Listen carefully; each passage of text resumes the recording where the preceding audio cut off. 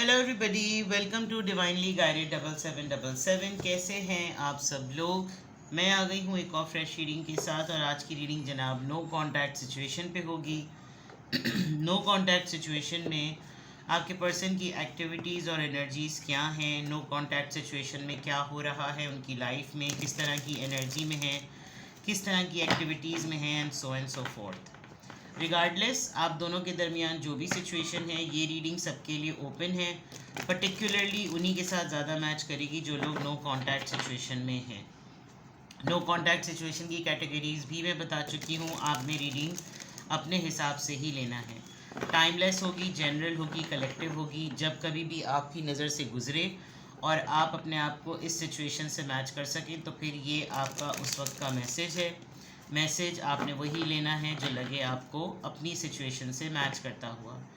Tarot में ये messages आए हैं, सब आपने अपने ऊपर इम्पोज नहीं करने और इनकी बेसिस पर आपने कोई भी फाइनल डिसीजन नहीं बनाना। आप अपनी प्राइवेट रीडिंग करवाएं, डिस्क्रिप्शन बॉक्स में मेरा नंबर मौजूद है, साथ ही में सेकंड चैनल का लिंक मौजूद है और दोनों ही चैनल्स पर रीडिंग लेने के लिए मेरा कॉन्टैक्ट नंबर एक ही है। So without any further delay let's see के नो कांटेक्ट सिचुएशन में आपके पर्सन की क्या एक्टिविटीज़ चल रही हैं। No contact situation, your persons activities. Giving money, dollar, हो सकता है चैरिटी कर रहे हों। यूनाइटेड स्टेट्स के पैसे जनाब, डॉलर में चल रहा है मामला। Giving money. Boss daddy, stable rich, business owner, CEO, big tech energy. Queen rising, stepping into power, praised, coming up, spotlight. किसी को अपनी फैमिली में लिटरली किसी खातून को स्पॉटलाइट में ला रहे हैं। ये बहुत ठीक ठाक फाइनेंशियली इन्फ्लुएंशियल पर्सन हैं और स्टेबल भी नज़र आ रहे हैं। बिज़नेस ओनर नज़र आ रहे हैं, किसी कंपनी के सीईओ हो सकते हैं, बहुत अच्छी डेजिग्नेशन पे या पोस्ट पे हो सकते हैं। और इनकी एनर्जी जो है वो डिसीजन मेकिंग की है, डिसीजन मेकर हैं जहाँ पर भी हैं। ब्राइब और एक्सटॉर्शन और थोड़े सा जर्क्स लगाना। ऐसा लग रहा है कि इनको पता है बड़े लेवल पर जो होता है मामला, उसका इनका कोई काम है। और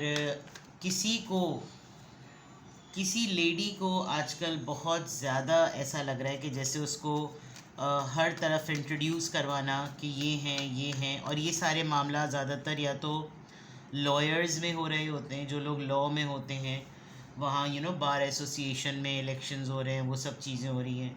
या फिर पॉलिटिक्स में होते हैं कि अब मैं नहीं तो मेरी जगह ये नहीं तो वो, इनको टिकट मिल जाए उनको टिकट मिल जाए, लेकिन पार्टी जो है वो बरकरार रहे। तो बिज़नेस अपना सेट कर लिया है, जो बिज़नेस प्रॉब्लम्स थी उनको शायद इन्होंने देख लिया है, स्टेबिलिटी ले आए हैं, उसमें दोबारा से अपनी पावर्स में आ गए हैं।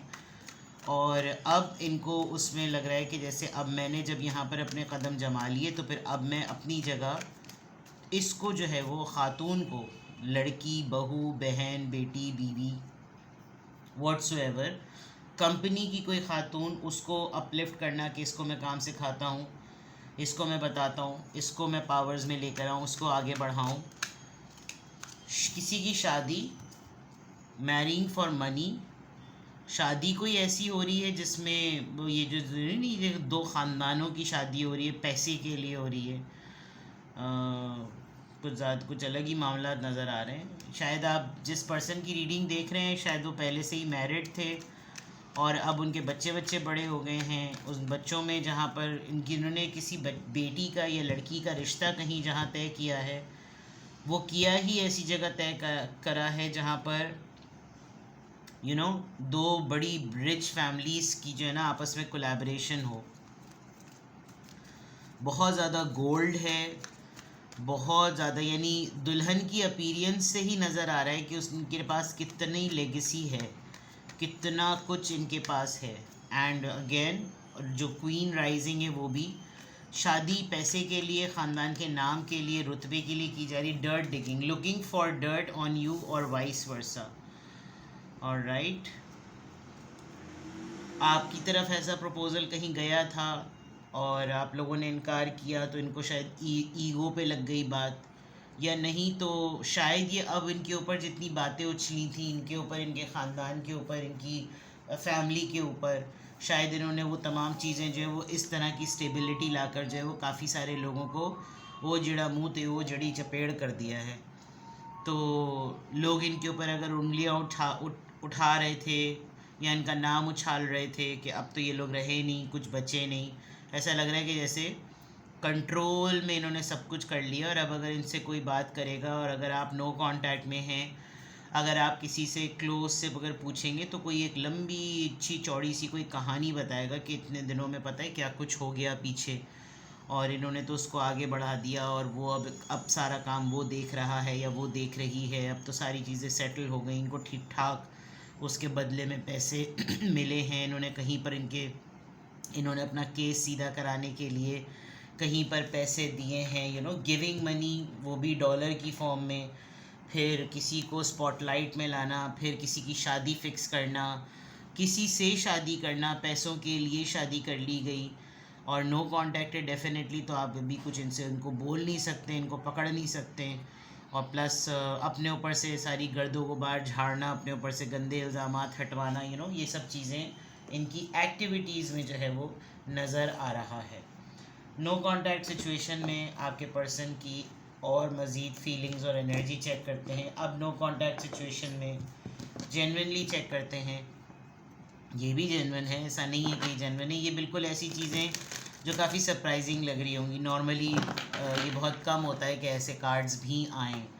और नो कांटेक्ट में जो लोग हैं, अगर आपको पता है कि आपके पर्सन इस तरह की हाईली इन्फ्लुएंशियल पर्सनैलिटी थे या हैं और इनके ताल्लुकात ऐसे हैं, इनकी शादी कहीं चल रही थी, बात चल रही थी, तो शायद अपने मफादात के लिए, ख़ानदानी मफादात के लिए इनकी शादी इनको बहुत बड़ा रुतबा देकर, बड़ी कोई कंपनी शंपनी में नाम वाम देकर इन्होंने शायद शादी फ़िक्स करवा ली है अपनी, ये शादी फ़िक्स कर रहे हैं, ठीक है। नो कांटेक्ट सिचुएशन में आपके पर्सन की एनर्जी, नो कांटेक्ट सिचुएशन में आपके पर्सन की energy. Blossom number 20, success and growth number 8, rest and reconsider number 9, and manifest. It was a part of it. They are happy. अगर आपको ये लग रहा है कि इन्होंने बड़े दुख में ये सब चीज़ें की हैं, नो, अपना फ्यूचर सिक्योर किया है इस पर्सन ने, और इसको फ्यूचर सिक्योर करने के लिए अगर ये करना पड़ा तो ये इनकी अपनी विल से है। अभी नो कांटेक्ट सिचुएशन में इनकी जो एक्टिविटीज़ नज़र आ रही हैं, इसमें इनके लिए ये विन विन सिचुएशन है।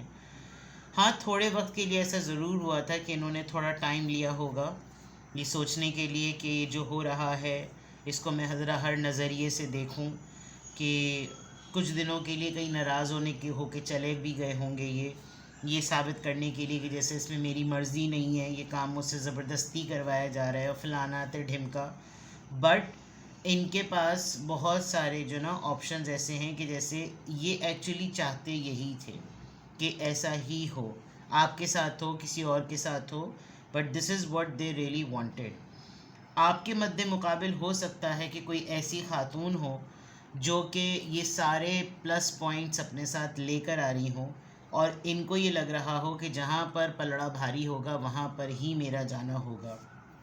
इस इंसान ने अपनी फ्यूचर ग्रोथ देखी है, इसने अपनी कामयाबी देखी है, अपना बढ़ना, आगे बढ़ना देखा है कि सिक्योरिटी किस चीज़ में है। और इस वक्त तो बस ऐसा लग रहा है कि जैसे जो भी चीज़ कह रहा है ये इंसान वो हो रही है। थोड़ा सा कभी कभी आइसोलेशन में जाकर ये सोचते ज़रूर हैं कि मैं एक दफ़ा और सोच लूँ, मैं एक दफ़ा और सोच लूँ, लेकिन एक्चुअली इन्होंने जो कुछ भी मांगा था, जो कुछ भी प्लान किया था, जो भी इन्होंने मैनिफेस्ट किया था, वो पावर की फॉर्म में हो, वो पैसे की फॉर्म में हो, या वो पोजीशन की फॉर्म में हो, वो इनको मिल रहा है। तो इस वक्त ये बहुत ज़्यादा, आप अगर इनको कहें कि ये बहुत ईगोइस्टिक वैनिटी में हैं तो गलत नहीं होगा कि एक प्राइड इनकी नज़र आ रही है कि ये इसी तरह से ही इन्होंने सोचा था कि चीज़ें ऐसी ही होंगी।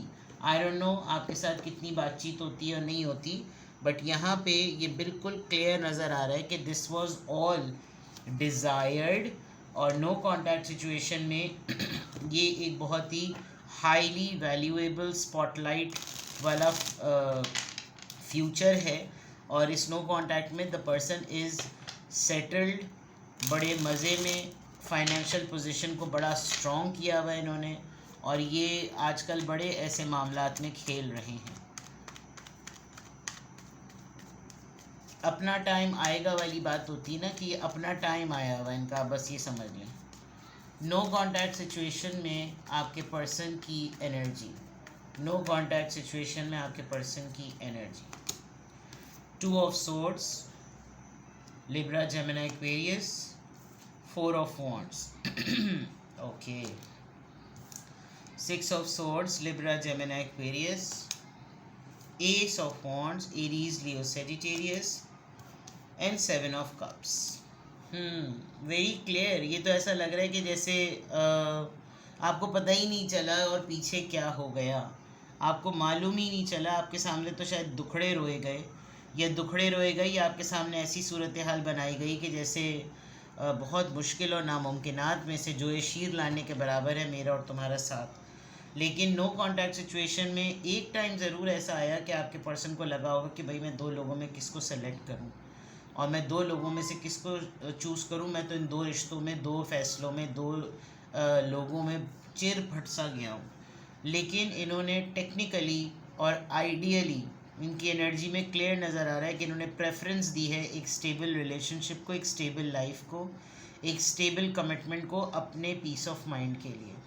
एंड दे थॉट कि मेरा शायद इस तरफ जाना, ये जो कंफ्यूज्ड माइंडसेट है, अगर मैं इस तरफ जाऊं, इस ऑप्शन को चूज़ करूं, तो मेरा काफ़ी सारा मामला ज़िंदगी का सेटल हो जाएगा, मेरी कश्ती नैया पार लगेगी, और मैं उसमें बहुत सारी चीज़ों में आगे की तरफ देख सकता हूँ। इनके पास कोई प्रपोज़ल आया और ये ऑलरेडी इतने ओवरवेलमिंग माइंडसेट में थे या हैं कि इनको बस अब ये लग रहा है कि अब सिर्फ डिसीजन मेकिंग करनी है, और डिसीजन मेकिंग की राइट टाइम पर ऑप्शन को या अपॉर्चुनिटी को या ऑफ़र को एक्सेप्ट किया, और अपने लिए स्टेबल सक्सेस ग्रोथ को जो है ना वो विन विन सिचुएशन बना लिया। तो ये बड़े ही कोई मास्टर प्लान के साथ चल रहे हैं।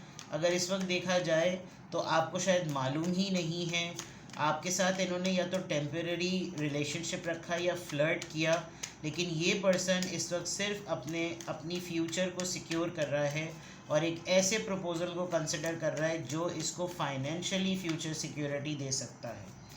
2 ऑफ सोर्ड्स किस कन्फ्यूजन को शो कर रहा है? 2 ऑफ सोर्ड्स इनसिक्योरिटी, खौफ, डिप्रेशन, डार्कनेस, और जिन चीज़ों में रहकर मैं कमज़ोर रहूं उन चीज़ों पे मैं ना सोचूं, मैं जिन लोगों के साथ हूं वो कमज़ोर लोग हैं।